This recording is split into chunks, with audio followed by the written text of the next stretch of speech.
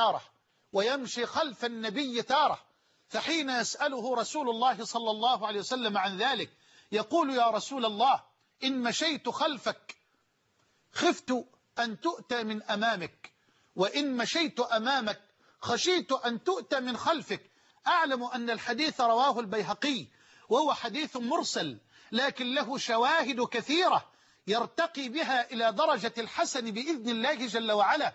كان طيفا من الحنان وسحابة من الحب، بل أنفق كل ماله وكل ما يملك وجند نفسه وقدم روحه، بل وجند بناته وجند أولاده وجند ماله، بل وجند راعيه لأغنامه لنصرة دين الله جل وعلا.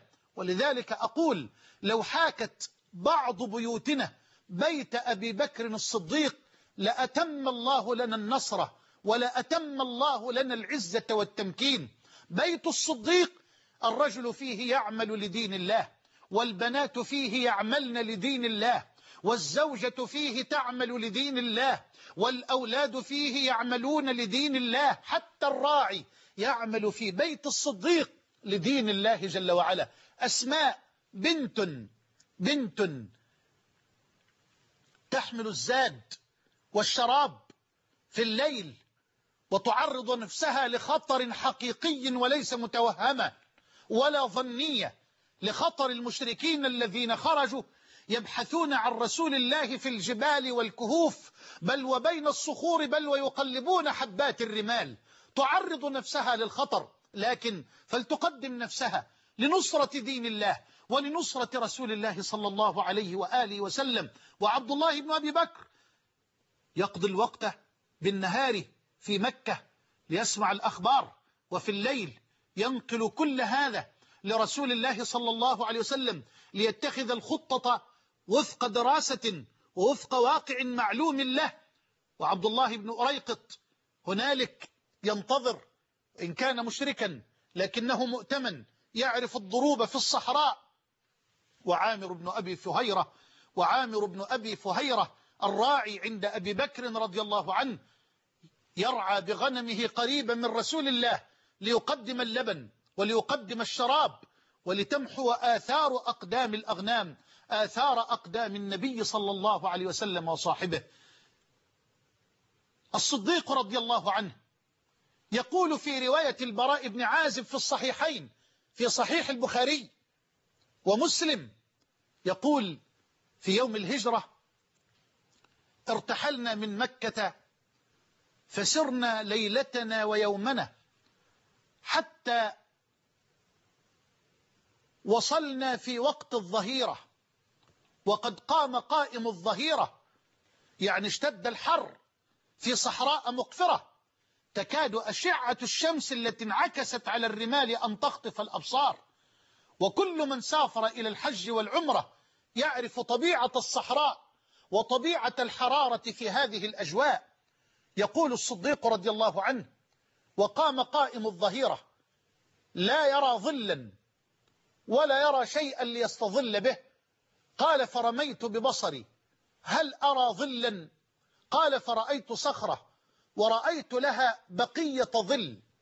قال: ففرشته فسويته وفرشته وقلت لرسول الله صلى الله عليه وسلم: اضطجع يا نبي الله، استرح.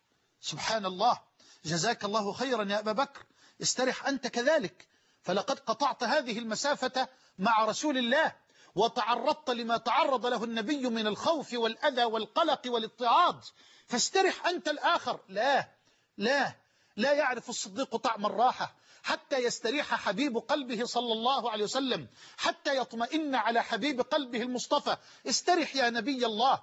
يقول أبو بكر رضي الله عنه: ثم رحت أرصد هل أدركنا أحد من الطلب، يعني هل وصل إلى مكاننا أحد من المشركين. قال: فنظرت فرأيت راعي غنم يتجه نحو الصخرة يريد منها ما نريد، أي ما نريد من الظل. قال: فاقتربت منه وسألته عن اسمه ولمن هذه الغنم، فذكر رجلا من قريش أعرفه، فقلت له: هل معك من لبن؟ قال: نعم. قال: هل أنت حالب لنا؟ قال: نعم. قال فأمرته فنفض فاعتقل شاة، وأمرته أن ينفض ضرعها، ثم أمرته أن ينفض كفيه وضرب كفا بكفه هكذا، ثم حلب لنا كثبة أي قليلا من اللبن في إداوة قد وضعت على فمها خرقة لرسول الله صلى الله عليه وسلم. يعني جعل إناء، انظر فيما يفكر الصديق، جعل إناء وجعل على فم الإناء خرقة، ثم صب اللبن وجعل يصب الماء على أسفل الإناء حتى يبرد اللبن في هذا الجو القائض الشديد الحر لرسول الله صلى الله عليه وسلم. قال فحملت اللبن وانطلقت إلى رسول الله صلى الله عليه وسلم، فوافيت رسول الله قد استيقظ، فقلت اشرب يا رسول الله. اسمع، قال فشرب حتى رضيت. الله الله الله، والله العظيم أشعر أن قلبي يكاد يقفز والله. قال فشرب حتى رضيت، حتى رضي الصديق أن رسول الله صلى الله عليه وسلم قد شبع وقد ارتوى، فشرب حتى رضيت. ثم قلت هل آن الرحيل يا رسول الله؟ قال نعم. فانطلق هو ورسول الله صلى الله عليه وسلم إلى المدينة المطهرة. هذا هو الصديق. وفي الحديبية كان مثالا للصدق ولليقين وللتصديق العجيب. حدث ما حدث من الشروط الجائرة الظالمة، ولا أريد أن أبدأ الحديث بطولي، ومخرج في الصحيحين من حديث البراء بن عازب رضي الله عنه. يقول عمر بن الخطاب بعدما اشترط المشركون ما اشترطوا من بنود جائرة ظالمة على رسول الله صلى الله عليه وسلم وعلى المسلمين معه، يقول عمر بن الخطاب رضي الله عنه يا رسول الله ألست نبي الله حقا؟ قال بلى. فيقول عمر ألسنا على الحق وهم على الباطل؟ فيقول النبي بلى. فيقول عمر أليس قتلانا في الجنة وقتلاهم في النار؟ فيقول النبي صلى الله عليه وسلم بلى. فيقول عمر فلما نعطي الدنية في ديننا، أي فلما نقبل هذا الذل وهذه المهانة ونرجع ولما يحكم الله بيننا وبينهم؟ فقال صلى الله عليه وسلم يا عمر إني لرسول الله ولست أعصيه وهو ناصري ولن يضيعني أبدا. خلي بالك من الكلمات هنحتاجها دلوقتي. قال عمر فقال رسول الله صلى الله عليه وسلم لعمر يا عمر إني لرسول الله ولست أعصيه وهو ناصري ولن يضيعني أبدا. فقال عمر أولست كنت تحدثنا أن سنأتي البيت ونطوف به؟ قال بلى، ولكن هل حدثك أنك آتيه العام، أنك ستأتيه العام؟ قال لا. فقال صلى الله عليه وسلم فإنك آتيه ومطوف به. يقول عمر فتركت رسول الله وذهبت إلى أبي بكر. لاحظ، لم يكن أبو بكر مع النبي صلى الله عليه وسلم، لم يكن أبو بكر مع النبي صلى الله عليه وسلم، فتركت رسول الله وأتيت أبا بكر أو وذهبت إلى أبي بكر رضي الله عنه، فقلت يا أبا بكر أليس هذا نبي الله حقا؟ فقال الصديق بلى.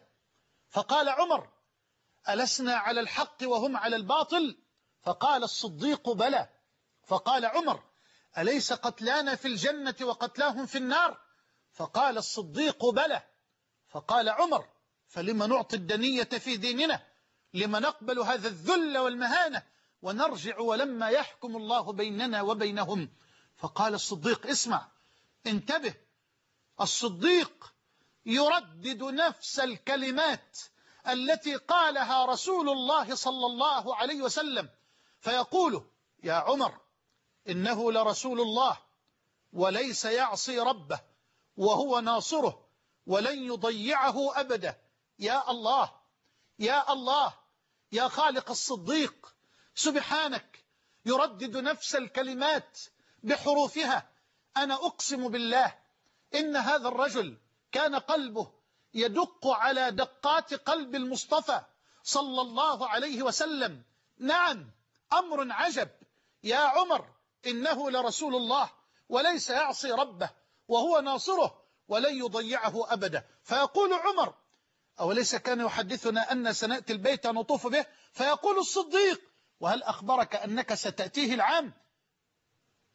سبحان ربي. فيقول لا، فيقول الصديق فإنك آتيه ومطوف به.